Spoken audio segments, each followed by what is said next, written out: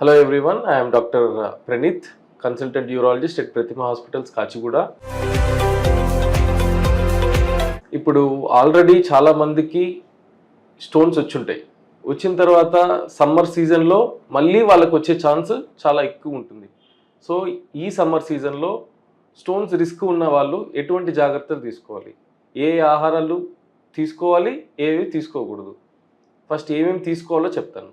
Water చాలా తాగాలి, కొబ్బరి నీళ్ళు లేకపోతే మజ్జిగ అయినా. వాటర్ ఎంత తీసుకోవాలి అంటే మనం ఎంతైతే రోజుకి మూత్రం పోస్తామో దానికి 1 లీటర్ ఎక్స్ట్రాగా తీసుకోవాలి. అంటే మనం ఒకవేళ 1.5 లీటర్ ఆరు 2 లీటర్లు మూత్రంకి రోజు పోస్తాము అంటే 2.5 లీటర్ 3 లీటర్ నీళ్లు తీసుకోవాలి. సో నీళ్ళు ఎలా తీసుకోవాలి అంటే ఒకేసారి నీళ్ళు ఎక్కువ తాగినా కూడా మూత్రం ఎక్కువ సార్లు వెళ్ళాల్సి రావచ్చు. సో 1 గ్లాస్ నీళ్లు గంటకి ఒకసారి తీసుకునేలాగా తీసుకోవాలి. దాంతోపాటు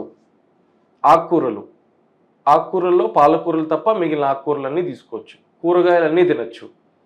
సో ఏమేమి తినకూడదు అంటే మెయిన్గా రెడ్ మీట్ అంటే మటన్ లాంటివి తగ్గించాలి.